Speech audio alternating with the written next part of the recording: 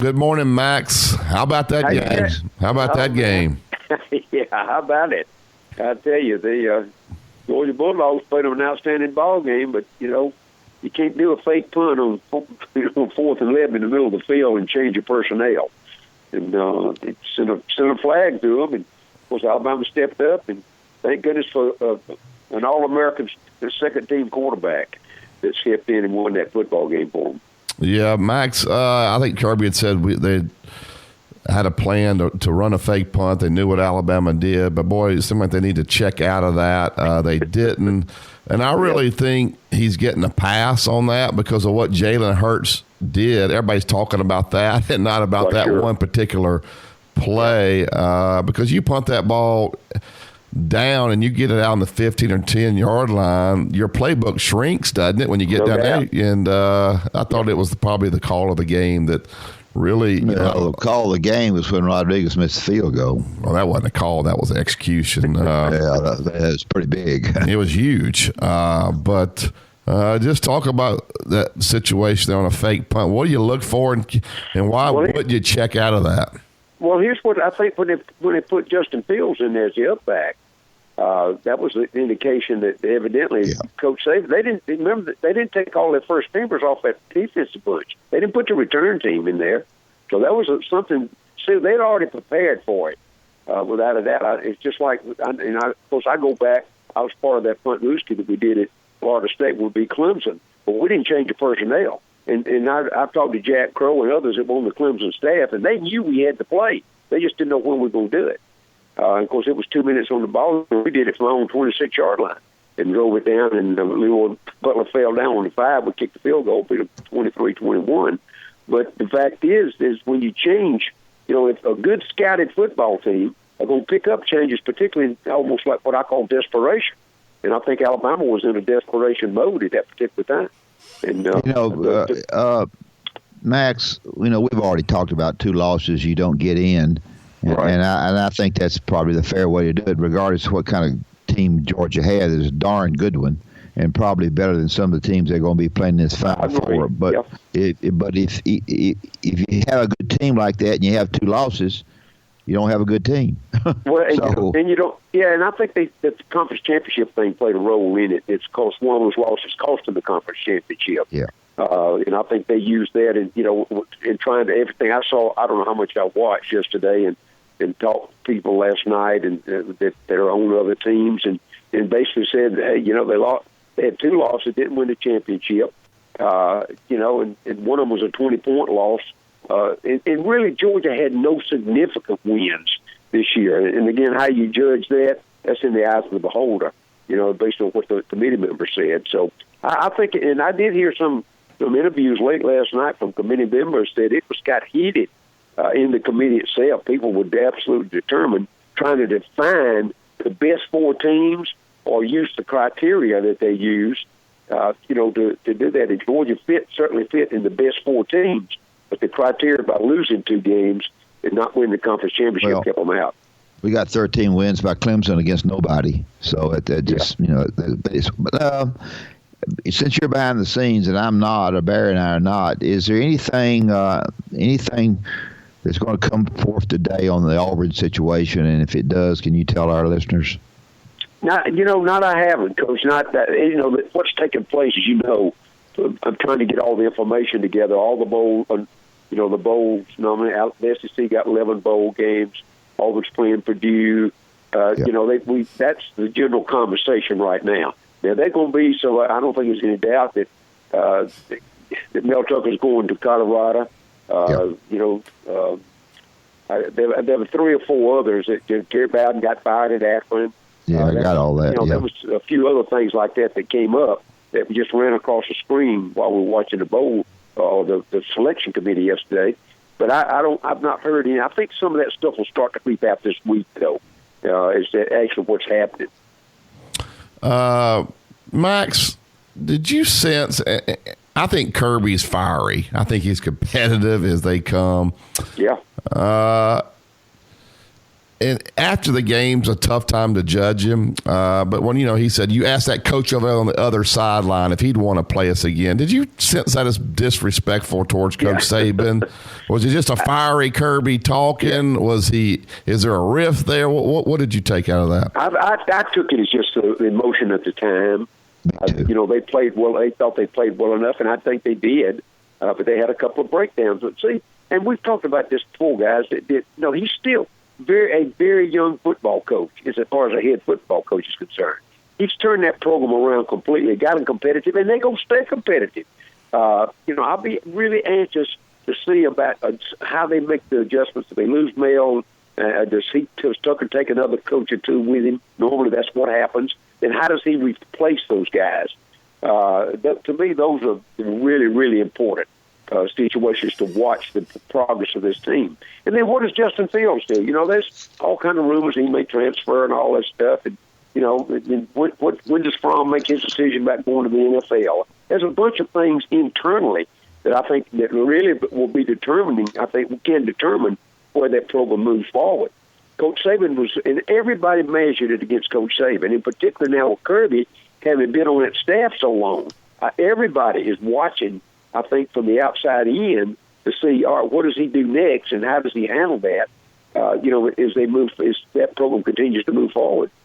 I thought that Alabama's case, Enos hire was a terrific hire, especially if you're trying to get two quarterbacks to sort of get on the same page behind the scenes. I'm not talking about all that other crap, but I mean just to play and be better.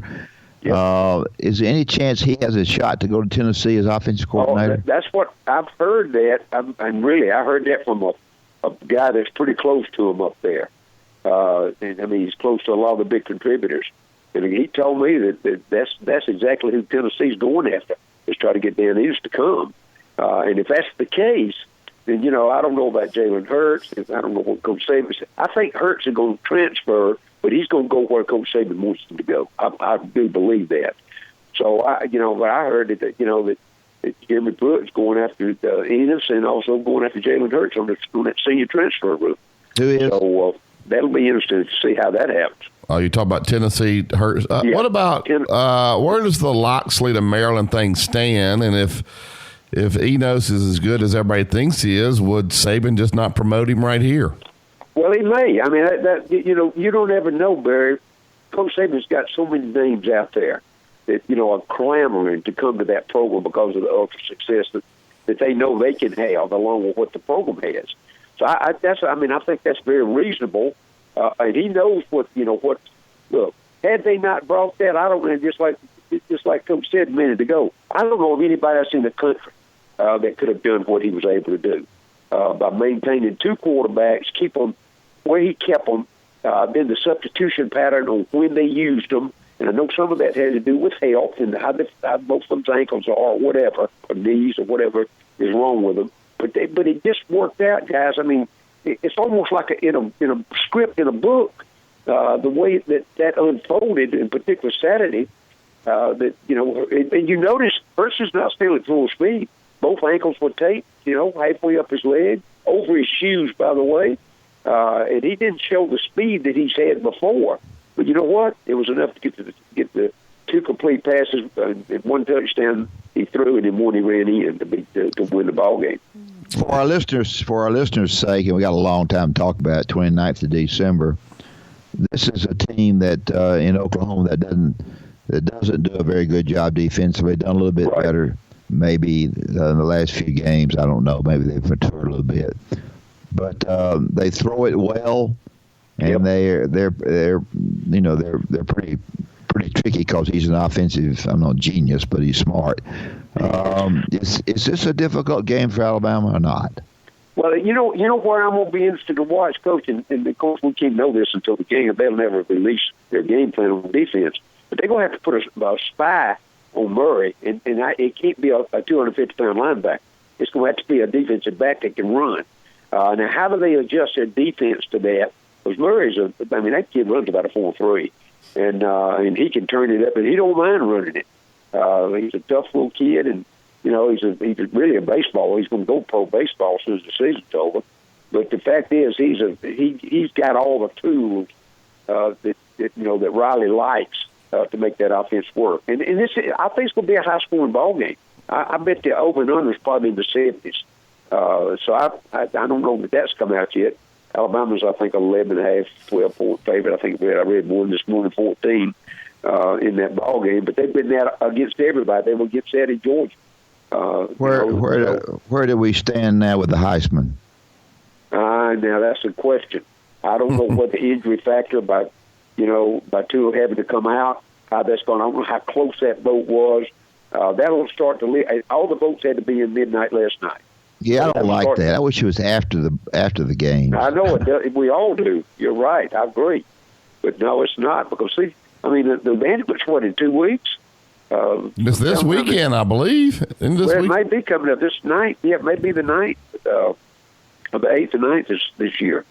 So that's why the votes had to be in. I think some of that will start to leak out.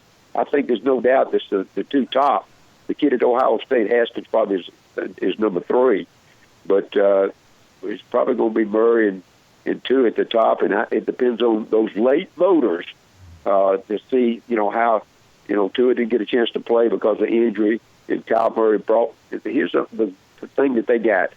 The reason Oklahoma got in, they lost to one game to Texas during the regular season, by 3 points. They came back and beat them again. So that was not a team on that schedule that they didn't win this year. So I think that's going to carry. And Murray had a great deal to do with their whole offense. What was the game plan for Georgia? Was it just, Max, they had the personnel to pull all that stuff off? Yeah. Is why other teams can't do what Georgia did. Yep. They were killing Alabama in the first half, and those dink and dunk passes, those running backs were getting in space. What was Georgia doing differently, or did they just have better personnel? I think the talent level start to emerge, Barry. I mean, I don't think. Look, you can't have the number 1, 2, or 3 recruiting class 2 or 3 years in a row, by any kind of rankings without emerging with good players. And Georgia had some of the injury factor, but I thought they did a good job scheming. I thought they did a better coaching job against Alabama this week than they did last year in the championship game. But again, I think Barry's right. Those you just couldn't have. They were completely wide open. Yeah. And again, I think I like to go back to the other side and see. Okay, why didn't Alabama make a few better adjustments? And they did. They went to a 3-man front on defense for a while, try to drop linebackers and all. But what they did when they came back, they had 2 good running backs. And, they didn't break off 80, 90-yard runs, but they was 5 here and 7 here and 12 here. And, they just kept moving. The ball control game is what they played, and they were able to do it. Max, you got to help me. I need some help. I do, too. All right. Your boys are over at LSU. Oh, boy. Get those boys ready to play and beat Central Florida. I am so sick of hearing the Central Florida stuff. If they beat LSU, it's going to be that was a comeback, Barry. I know it was. The Knights. Good for them. But please make sure LSU's ready to play. I got Pete Jenkins on my show today at 1:30, and I guarantee before we talk about Alabama and Georgia, I'm asking him that one question because he coached the defense staff for several years, particularly last year even. And I can't wait to get a comment from him on that. Because how do they do that, Max, with the best quarterback around, not out? The second-string quarterback that good? Well, evidently. I mean, I think they were down 31-14 at halftime. Yeah, they were. Came back and scored 56 to 30 something.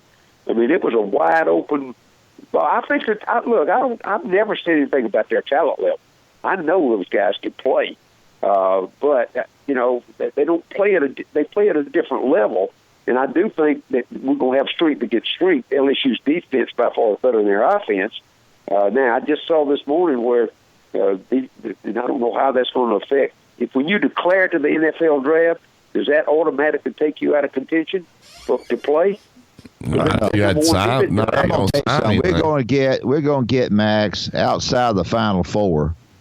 We're going to get so many kids that are going to not play in their bowl game. You're right. Michigan kid is already Gary kid has already says he's not going to play against Florida. It's going to be a mess. Yeah, I agree with that. And I just read this morning, just a few minutes ago, about the kid, the defensive back at LSU, just came out and declared yesterday the NFL draft. Now, does that tell you just because he's declared? I know it's as long as he doesn't take an agent and all that in a bowl game, the season's over. I don't know what that rule, and I think that rule's kind of vague on where. But to me, that's sending that. In light of what you just said, Coach, my automatic response is he's not going to play. I don't know where he is or not, but without him in the secondary, LSU's going to be crippled. I will tell you that. We're going to hear all that because they're going to have to. LSU's going to have to score now. They are. I don't know. Look, LSU's offense is built to do that by ball control. Burrs ain't going to, he ain't going to run for 150 yards. He ain't going to throw for 3 to 4 touchdowns. But they can ball control it. They got a good enough offensive front and a good enough running game. But Burrs stepped it up in the latter part of the season on the read option, where he kept the ball several times and got those first downs. I think that therein lies, and they're gonna have to keep the score. I think, in the low 20s if they win the game. You let the score get over 30, LSU can win. We got Memphis and Wake Forest over here if you want to come. Goodness. Dad thinks the committee got it right, and I don't necessarily disagree with him. But I don't know that they didn't get the 4 best teams. But if you lose 2, maybe don't. But did Clemson get a bye getting Notre Dame? I think if I'm Alabama, I'd have rather gotten Notre Dame than Oklahoma. Which one had you rather play? Oh, I'd rather play Notre Dame any day of the week. I mean, Notre Dame is the worst of the top 4, regardless. I mean, you go back and look at, they just. In fact, I will say this though: when the line came out, Clemson's only a 10.5-point favorite. Now, it was 17 when it was being projected 2 weeks ago, and this morning the lines. I got a whole list of all the bowl games that just came out of Vegas this morning early, and Clemson's a 10.5-point favorite in that game. Now, I don't know what that's saying to us. Maybe that's trying to draw a lot of folks to the lines. But I was a little surprised. I thought Clemson would probably be at least a 3-touchdown favorite. I like Notre Dame better than I ever have from last night. That country music thing they had last night. Boy, was that good, Barry? Garth. I didn't see it. Garth was great. I mean, great on that.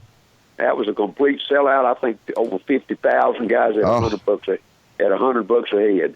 Oh, my hell. I'm telling you right now, he put on a show. He did. He certainly did. It must be good to be Coach Saban, Max. You just win every game. You win them close. Everybody says you handle the quarterbacks perfectly. I don't know. I give Jalen Hurts more credit than I do Saban in that situation. But I think he probably did behind the scenes, push the right buttons. Yeah. But this guy's got a good life, doesn't he, Max? Well, he does. But let me tell you, Barry, I think you hit it. I think it's behind-the-scenes stuff that we don't ever hear or see. There's got to be a lot of stress. You know that. Yeah. In fact, he's got a lot of stress about a lot of things. Coach does. He got pretty emotional at the end of the ball. In that last interview. Yeah. Because of that, and I think that's just the stress and rolling out. Tell you the truth. Yeah, but he's blessed. Alabama fumbles the ball 4 times and gets it back every time, and Josh Jacobs just grabs that thing for a split second for the touchdown there. I mean, so many things happen that just seem that he's blessed. I know they work hard, but, boy, they get a lot of breaks, too. I don't think you did that. But you know what, guys? It's just I go back, and here's a perfect example I always use. I covered the Braves for about 10 years when I was in Atlanta. In 1 year, guys, from a baseball team, if you remember, they put a camera. Remember they had to put the camera up for 1 year to show you the balls and strikes? Well, Maddox was getting the call 90% of the time 6 inches outside the plate, and they took the camera down because of that. So my point is, to the victor goes the spoils. If you win that many games and you're ranked that high and your program is that strong, you're going to get the benefit of the doubt. I don't say consciously, but at least subconsciously many, many times. Yeah. Max, great stuff. We'll talk to you Friday. Thanks, Max. Thank you guys so much.